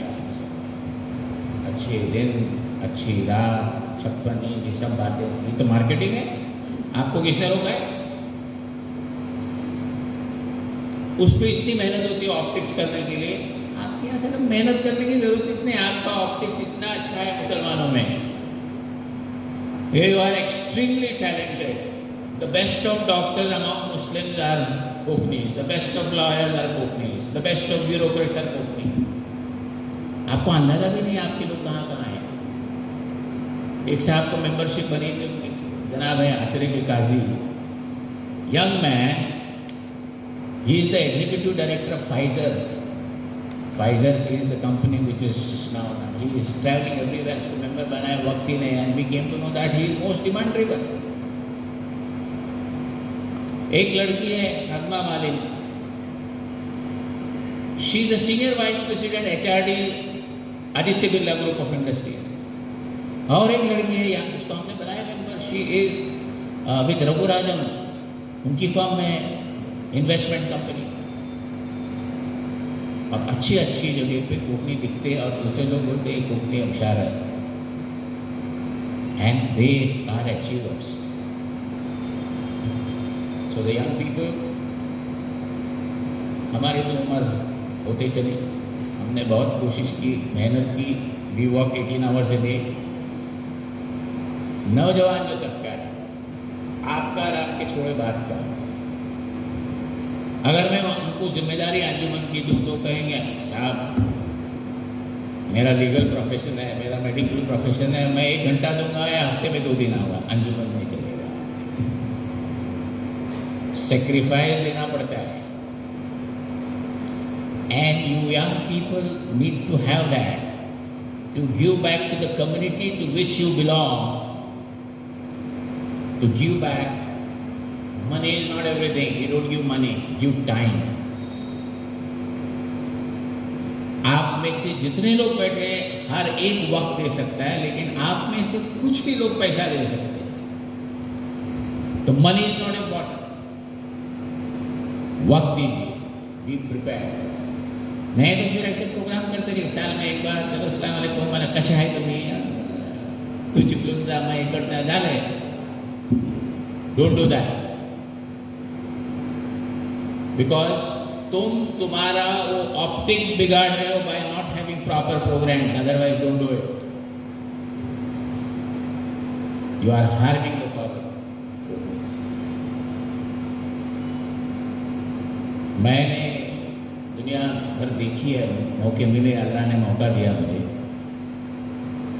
और जहाँ जहाँ कोकनियों से इंटरेक्ट करने का मौका मिला बाहर हिंदुस्तान के, they are the most decent people, you feel like talking to them. दूसरे बड़े बड़े पैसे वाले हैं, मैं नाम नहीं लूँगा कम्युनिटी के, 5 मिनट बैठेंगे तो तुमको कॉन्स्टिपेशन हो जाता है। कोकनी के साथ बैठे तो लगता है अरे क्या मैं और जवान हो गया, कुछ अच्छा सुनने मिला है, फिर तुमको प्रॉब्लम क्या है?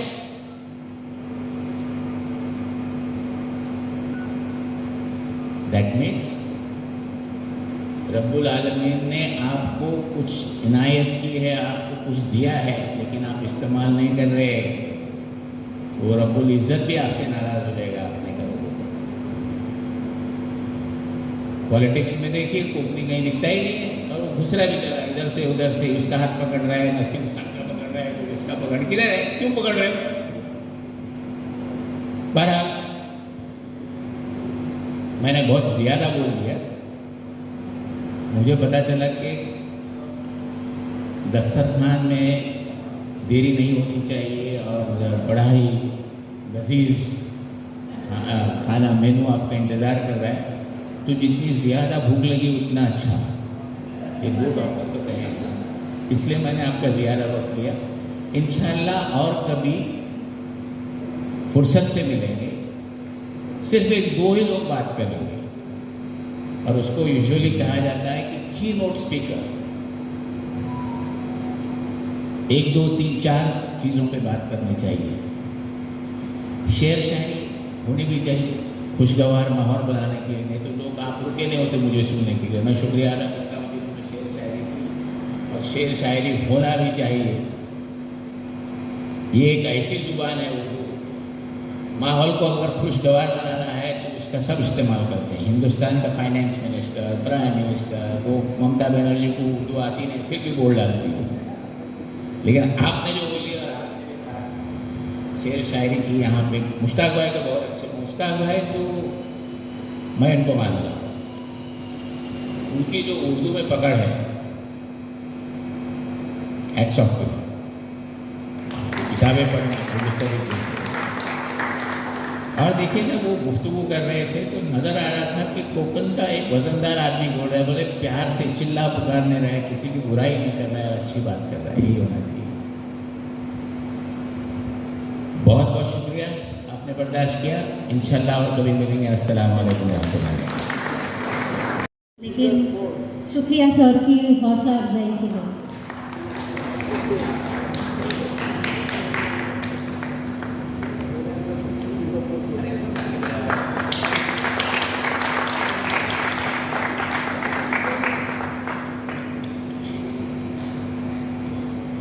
अब हम प्रोग्राम ख़त्म करने के इस पर है।